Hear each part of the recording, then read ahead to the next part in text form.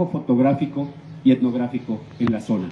Y una de las cosas bien interesantes que llegamos a platicar aquí con Héctor es que para el 39, Bodil Christensen, porque siempre andaban juntos sacando sus fotos, llegan acá.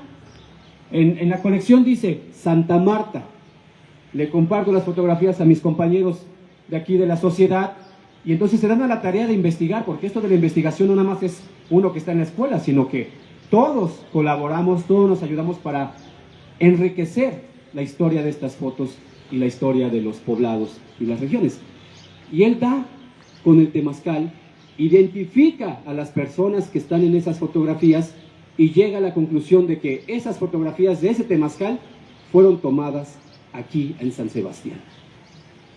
Y él nos podrá platicar más de esa historia del trabajo de investigar, buscar personas, porque es toda una chambota.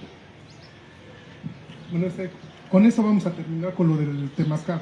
Ahorita por lo pronto yo creo que empezamos a hacer el recorrido, o sea, si no hay alguna pregunta, alguna duda, empezamos el recorrido hacia allá y luego terminamos de este lado. ¿Qué les parece? ¿Sí? Vámonos.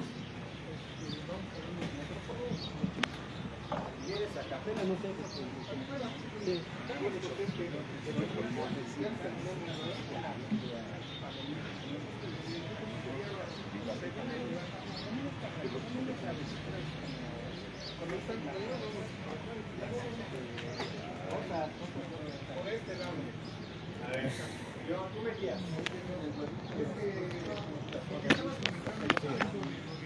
Más o menos de ese tamaño, pero este camino de pequeño, pero son que estaban llevando la red. Sí, exactamente.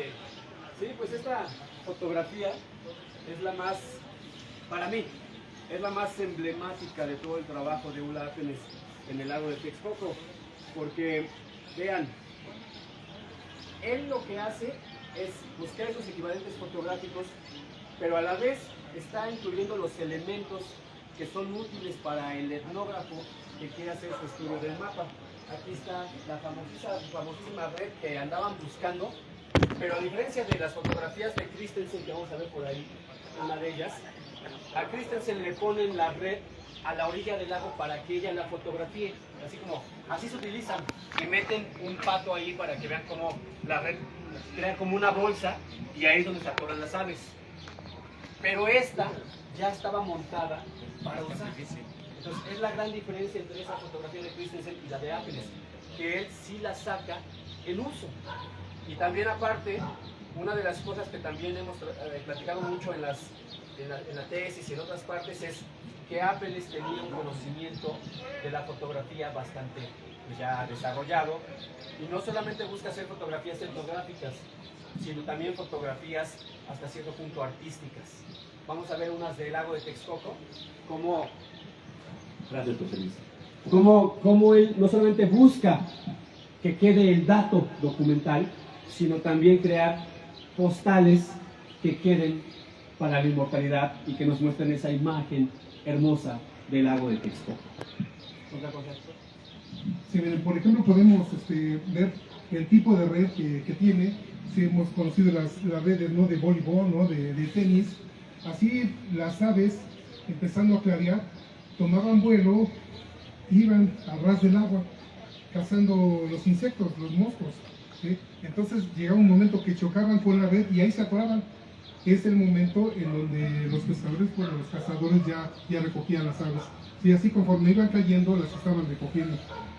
Esta imagen, la verdad, pues siempre me la platicaban los abuelos, ¿no? Mi papá, que todavía llegaron a ver esto, pero nunca lo habíamos visto así en la imagen. No teníamos eso. Y gracias a Ula Ápenes es que se consigue esta imagen que es prácticamente en vivo.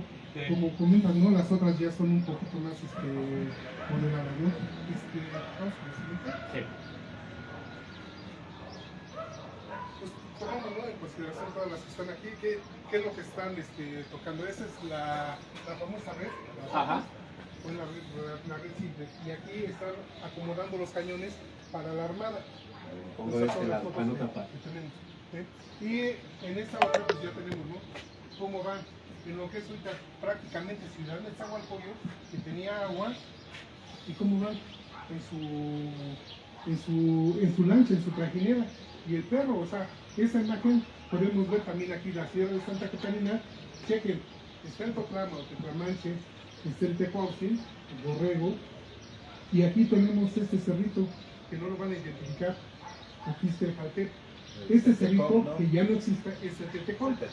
Y ese Tetecón es el que se mira la fotografía desde Tulyehualco hacia la Sierra de Santa Catarina, pero no lo identificaban, y es más, ni la gente de Tulyehualco ni de San Luis de Xochimilco no la identificaban. ¿Por qué? Porque no aparece este cerro, este cerrito.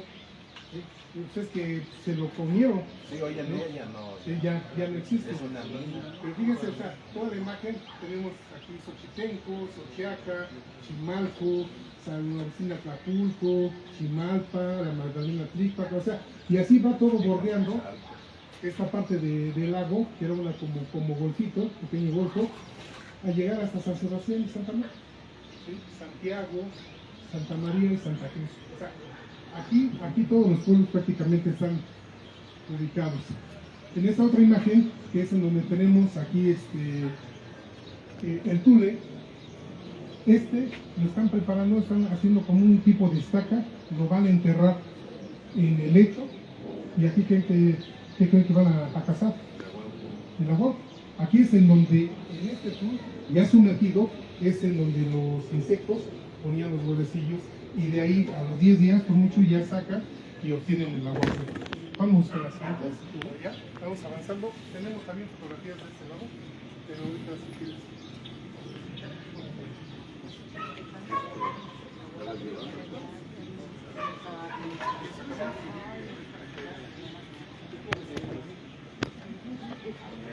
Ya viene.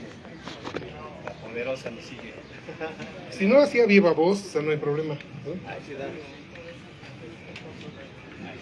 Esta nos las puedes platicar, a ver si gustan pasarse de este lado, hacia acá, vamos a ver esta imagen. Es que creo que también esta imagen es muy representativa. Sí, esta es la. Yo creo que fue el boom, ¿no?, del trabajo, ¿no?, que has realizado, porque esta es la que más se viralizó. Sí, esta fotografía pues es bien interesante. Tiene su historia. En ese momento lo pudimos desentrañar a través de los documentos y algunas inferencias también. Pero no solamente la historia de la fotografía en sí, sino también hay una historia bien interesante de la divulgación de esta fotografía. Se las voy a contar así brevemente. Esta fotografía yo la di a conocer, bueno, hay una historia bien interesante. Esta fotografía forma parte de una serie de panorámicas tomadas desde la cima del Cerro de la Estrella. Yo compartí unas fotografías de 1939 de diciembre que fueron tomadas desde una avioneta propiedad de un amigo médico alemán de Ula-Appenes. Están tomadas así, lago de Texcoco, anda por Xochimilco, también allá por Tlapacoya. Y entre todas esas fotos que tenían la etiqueta de Texcoco Hön, Franluften, así le llaman, ¿no?, el lago de Texcoco desde las alturas, esta no la compartí, no la vi, se me fue. Sin embargo, como siempre hemos provisto los vínculos, un amigo que se llama Naín Jaramillo, él la encuentra y dice, esta no la compartiste, Martín. Digo, ay, se me pasó. Y entonces él empieza a hacer una publicación en su página ahí de Memoria Histórica de Iztapalapa y da el nombre de cada uno de los conos volcánicos. Y entonces, al principio nosotros creíamos que estas fotografías eran de 1952 porque era el año que venía ahí en los metadatos de la colección. Ya ahondando nos dimos cuenta de que era imposible porque Appenes falleció en 1943. Sin embargo, esta imagen la da a conocer Naín, se viraliza y como pasa en las redes, pues ya no dicen ni quién la encontró, ni de quién es, y de repente le empezaron a inventar un montón de años bien interesantes y se llegó a decir inclusive que esta foto había sido tomada a finales del siglo XIX. Y otras personas dijeron, esa foto no es real, eso no existe, porque pues si uno sube ahorita a la cima del Cerro de la Estrella, no lo vas a ver así. O sea, ya cambió radicalmente. Sin embargo, esta fotografía llegó hasta páginas de Sudamérica, de páginas que divulgan geografía y todo eso, porque representa, ahora sí que, el efecto de la incidencia de los humanos en el entorno. Ya no hay algunas de los cráteres, otros ya están casi destruidos, todo está urbanizado, y entonces empezaron a hacer muchas personas en las redes la comparativa con la actual, y eso empezó a causar muchos sentimientos encontrados de, el ser humano todo lo destruye, somos una plaga, y se empezó a compartir miles y miles de veces esta fotografía. Santiago Arau, que es un fotógrafo profesional, hace una comparativa más elaborada, y otra vez es el boom, ¿no? El boom, y esta fotografía no deja de circular, y es la más representativa de Hula Apenes ahorita en las redes, ¿no? Pero esta, como les decía, forma parte de una colección de varias fotografías. No sabemos si tomó más, porque el acervo no está completo en el Museo Etnográfico, son solamente algunas de las cientos que él sacó, pero está esta, luego hay otra hacia San Lorenzo Tezonco, se da la vuelta y empieza a sacar fotografías pues del santuario del Cristo de la Cuevita, y saca Iztapalapa, la Sierra de Guadalupe, se va moviendo así hacia todos los pueblos, hasta que saca el Peñón del Marqués y el Cerro de Chimalhuacán al fondo.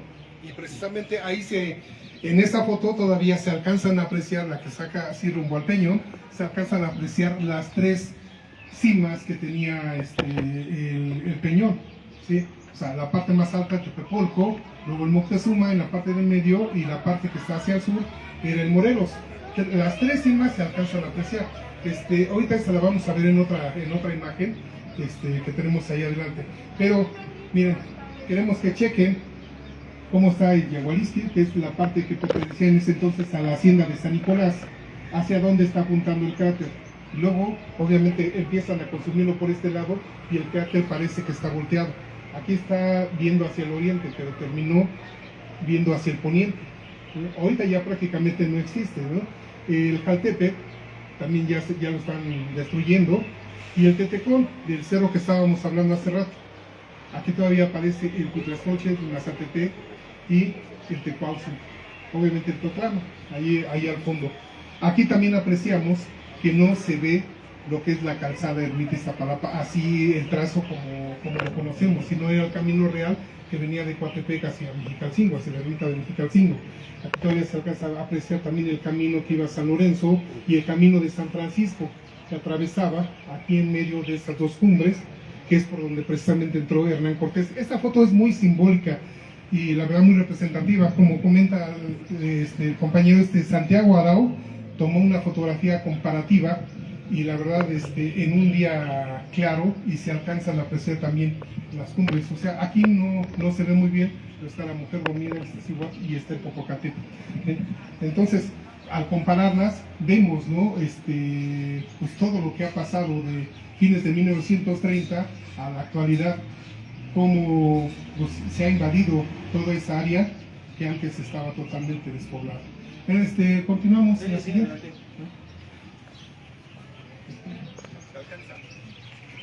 Miren, ¿puedes platicarme aquí de esta? Sí, miren, esa fotografía también es impresionante. Son varias fotografías de este momento. Como les decía, Bodil Christensen, no sé si tenemos una por ahorita, la vamos a encontrar si la incluimos. Es que son un montón de fotografías, son un montón. Y entonces, esta creemos que es aproximadamente de 1939. Todos estos datos que nosotros tenemos ahora más certeros con respecto a las fechas de producción, a los motivos y todo esto, lo sabemos gracias a un buen número de cartas que Hula Apenes le escribió a su madre desde 1929 hasta 1941, que es cuando en el 39 los nazis invaden Noruega, y entonces la comunicación se corta totalmente y ella no puede ni recibir ni mandar cartas, o las manda pero no llegan. Y entonces en esas cartas él le va narrando a su mamá un montón de cosas, así como él desde el inicio considera que es México, cómo México lo va atrapando. También tiene un montón de prejuicios, ideas, que él después como que se va quitando con respecto a los años que va viviendo en México, pero ahí nos va diciendo qué día más o menos fue a tal lugar, qué es lo que ha conocido y hasta inclusive qué es lo que ha fotografiado, ¿no? Entonces esta sabemos que es muy probable que haya sido tomada en diciembre, enero de 1939-40, Y él le narra a su mamá, ¿sabes qué? Acabo de presenciar algo que no está reservado para cualquier mortal. Una armada. ¿Qué es una armada? Es una especie En la casa del pato. y él dice, de depredación de patos. Se usa para cazar patos masivamente. ¿Y por qué él dice que es algo que no está reservado para cualquiera? Esto nos lo contó el arqueólogo Moret, allá de Chapingo, que el gobierno federal estaba persiguiendo ya el uso de las armadas por el uso de pólvora.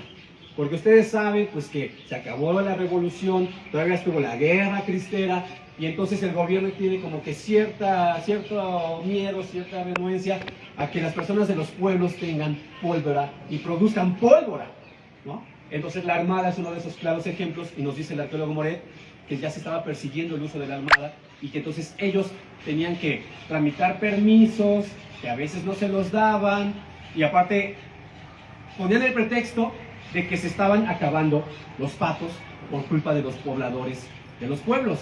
Y el arqueólogo Moret dice, no es que los pobladores hayan acabado los patos, porque cada año migraban miles de patos. Lo que el gobierno hizo fue promover la desecación del lago, y sin agua ya no había patos.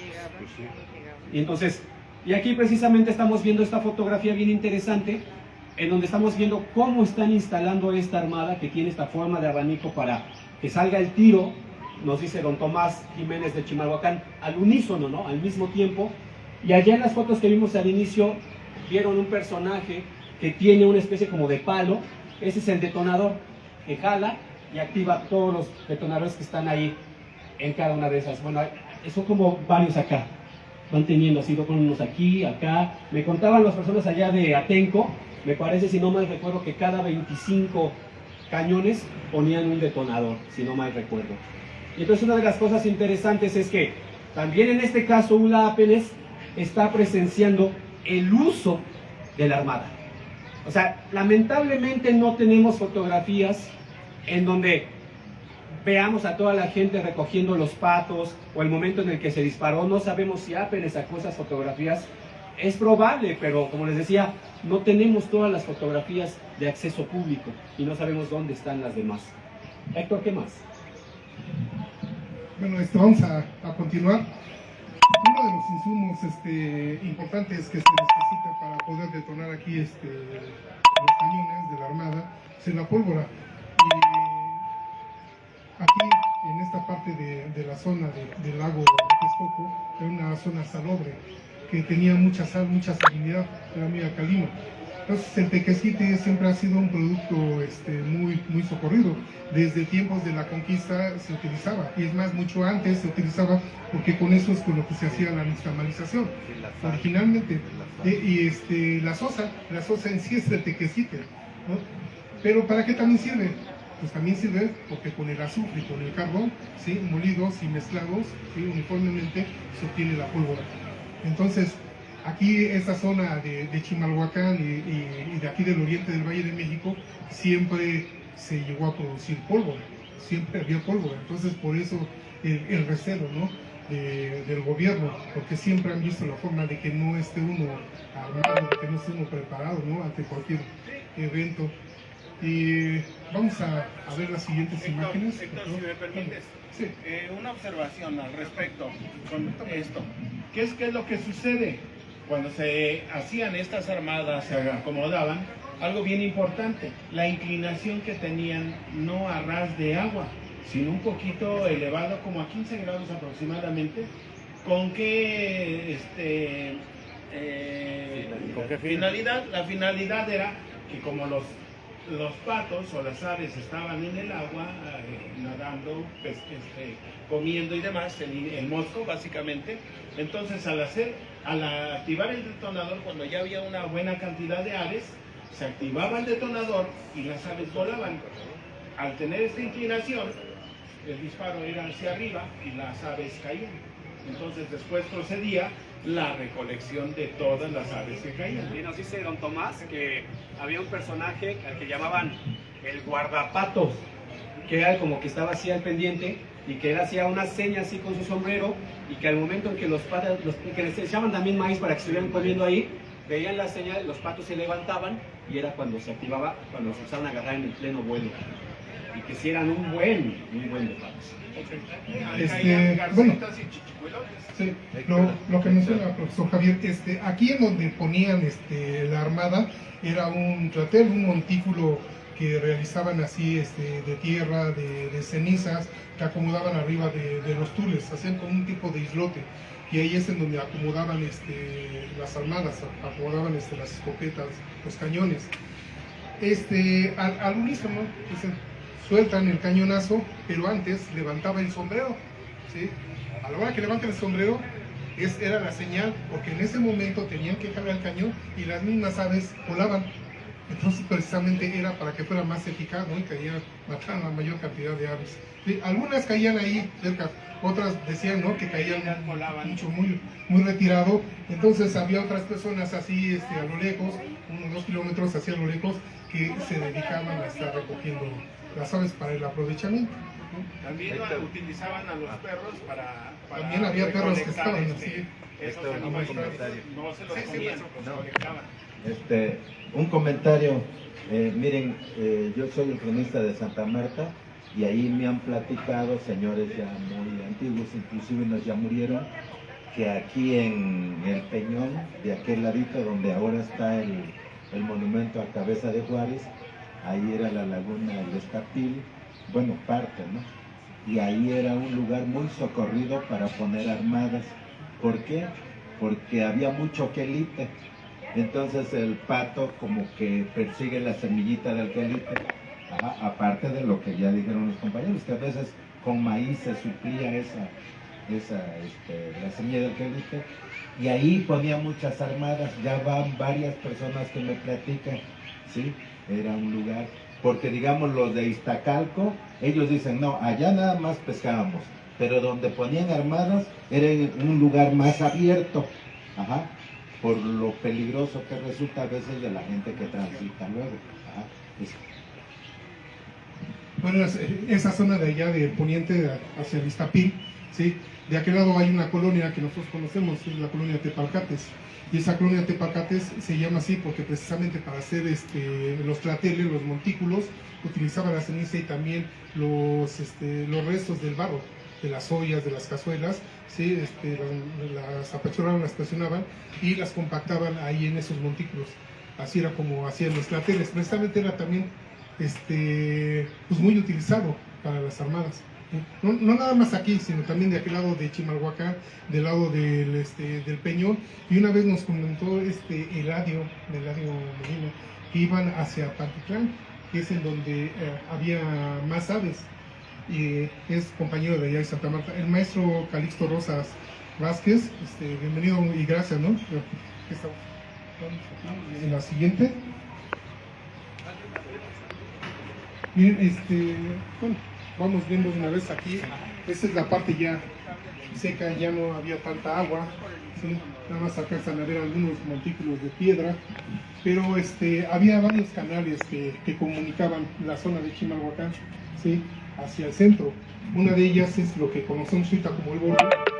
Esa es la continuación de la avenida del Peñón, que llegaba de ahí de Penitenciaría hacia el Peñón de los Baños, y del Peñón de los Baños en línea recta hacia lo que es el Bordo de Xochiac, llegaba hacia aquel lado. Ahí, como podemos ver, pues está seco, una época de estiaje, temporada de secas, que era cuando aprovechaban y precisamente todo se ponía blanco y empezaban a recolectar el tequesquite. Vamos a les cuento algo rápido de esta, que es importantísima.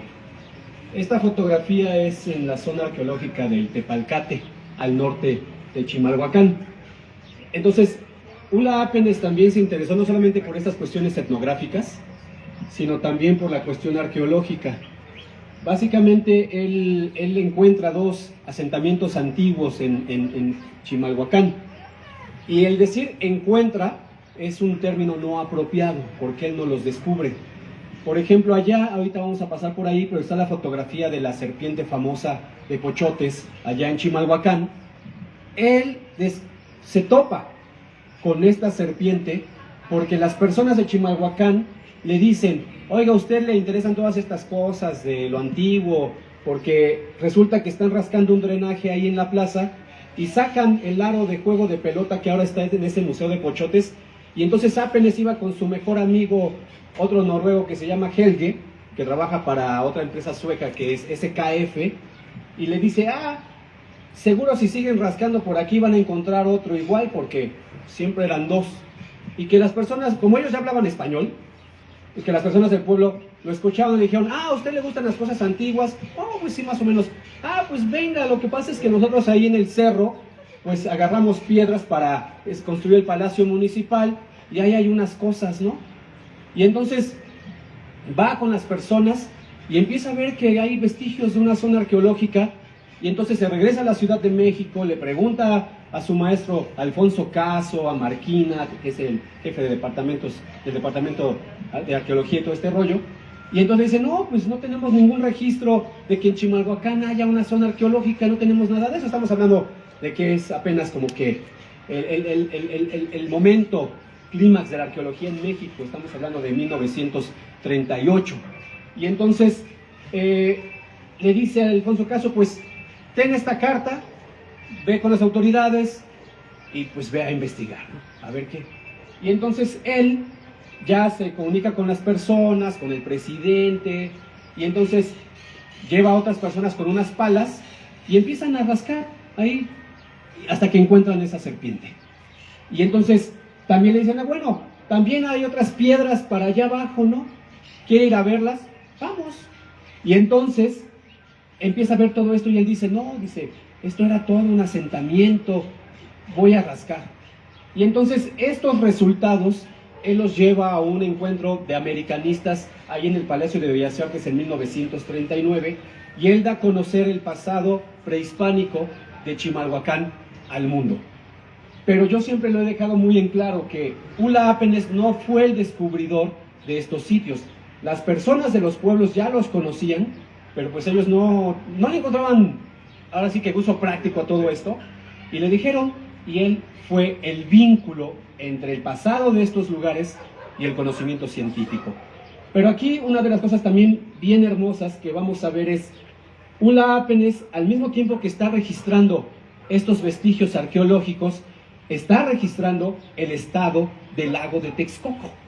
Esta es probablemente de diciembre también del 39, y está seco. Sin embargo, en la que vimos hace ratito del perrito que está por allá, es un poquito más, esta está tomada más hacia el norte, la otra está tomada más hacia este lado, que sería el sureste, la de allá, por la orientación de las montañas, de los volcanes. Pero si las ponemos juntas, vamos a ver con agua y sin agua, y cómo el espacio cambia radicalmente con la presencia y la ausencia de agua. Allá lo pone hasta idílico, ¿no? El pescador que va en su chalupa con su perro, el agua, las montañas, los volcanes, y aquí un desierto. Y es también lo que nos quiere dejar ver en sus fotografías, cómo ese lago de Texcoco que va a desaparecer va a convertir todo en un desierto. Y por eso me gusta también mucho esta foto. Como les decía, no solamente son fotos documentales, sino también artísticas, y hasta también como que son emotivas para hacernos pensar cómo el efecto del ser humano incide en el medio ambiente y en la geografía. O sea, es lo que debemos también en sus fotografías. Héctor. Mira, estas. Gracias. Uno se acomoda siempre, ¿no? Lo importante es hacer estas cositas. Vean, aquí me pongo para no estorbar a nadie. Vean. Y estos son los claros ejemplos de lo que les estaba yo comentando. Esta fotografía y esta fotografía, estas de Bodil Christensen y esas de Hula Apenes, son del mismo día, el mismo atardecer. Creemos que fue en algún momento también de 1939, en la temporada de lluvias. Estas dos, la de acá y la de allá abajo, son también del mismo día, del mismo viaje, y ahí lo que estamos viendo son personas extranjeras que probablemente vinieron con motivo de este encuentro de americanistas, porque Hula Apenes le dice a su mamá, unas personas quieren que los lleve al Tepalcate y al lago de Texcoco, yo creo que el próximo domingo los voy a llevar. Y entonces estas fotografías son de agosto del 39, el encuentro fue en agosto del 39, es muy probable que esas personas hayan asistido a ese encuentro. Y hay una cosa bien interesante, siempre se crean leyendas urbanas en torno a las fotografías. En Facebook circuló hace como 1 año y medio, 2 años, una publicación de una página, creo que se llama Ojo de Chimalhuacán, alguna cosa así, y decían que esos eran parientes de Bodil Christensen y que la nieta de Bodil Christensen contaba que su tía había, o no, a su abuela, había llevado a unos parientes ahí a navegar el lago de Texcoco y que fue el primer recorrido turístico en la historia de México. Inclusive dice antes que Xochimilco. Entonces, a veces hay como que cosas bien locochonas, exageraciones y hasta mentiras, con tal de como que enaltecer, ¿no?, la historia local, pero pues no le gana en ese tipo de paseos a Xochimilco. Sabemos que Xochimilco trae una tradición turística. Sin embargo, nos evidencia que en Chimalhuacán también se daban ese tipo de recorridos, pero no iban tantas personas. No sé si ¿dónde está ahorita? Vamos a ver, yo creo que esa sí te la mandé, donde está el paseo de canoas, que no sé si don Tomás, donde ustedes si van a ver esa imagen, o sea, parece Xochimilco, es un canal, creo que se anda por ahí, ¿verdad? Que están así los ahuepotes y todo, ándale, que tú la ves y dices, parece Xochimilco, pero es Chimalhuacán. Y ya para cerrar mi momento aquí, lo que les decía es, vean cómo tan solo en esa fotografía de Ápenes, cómo está buscando el momento, esta puesta de sol, estos 2 individuos que van ahí en su chalupa o en su lanchita, y todo lo conjunta para crear una fotografía hermosa. Esto es el lago de Texcoco y es lo que quiero dejarles como mi herencia, ¿no? Yo estoy seguro que lo pensó, porque era una persona que tenía esa idea de que las fotografías se podían conservar y podían servir de algo en el futuro. Y por eso la familia las conservó, porque él le pidió a la mamá, te voy a estar mandando fotografías, guárdalas, yo te diré cuáles puedes prestar, cuáles debes de archivar, porque pueden servir de algo. Y eso en 1929, estas son del 39, nos muestra cómo tenía esta visión. Y vean, ahí está pues el Pico del Águila, el Tepepolco otra vez, ¿no?, el Cerro de la Estrella, tenemos toda la franja de la Sierra Chichinautzin. O sea, vean, y está no solamente conjuntando el lago, las personas, sino también todo el entorno geográfico y lo artístico. Era un etnólogo, arqueólogo, ingeniero, fotógrafo, hacía filmes, era un todólogo este señor, ¿no? Y se enamoró del lago de Texcoco y fue el que nos regaló una secuencia de bellas imágenes para la posteridad. Y esa de allá de Bodil Christensen, de la misma tarde, no le pide nada a Ulla Ápenes. O sea, también tiene un ojo fascinante. Y una de las cosas interesantes de Bodil Christensen es que ella, a diferencia de Ápenes, sí fotografía a sus amigos expedicionarios. Ella sí nos da momentos así de... Porque hay una de esas fotografías donde se ve otra chalupa adelante y se ve la espalda de Ápenes con su sombrero que está tomando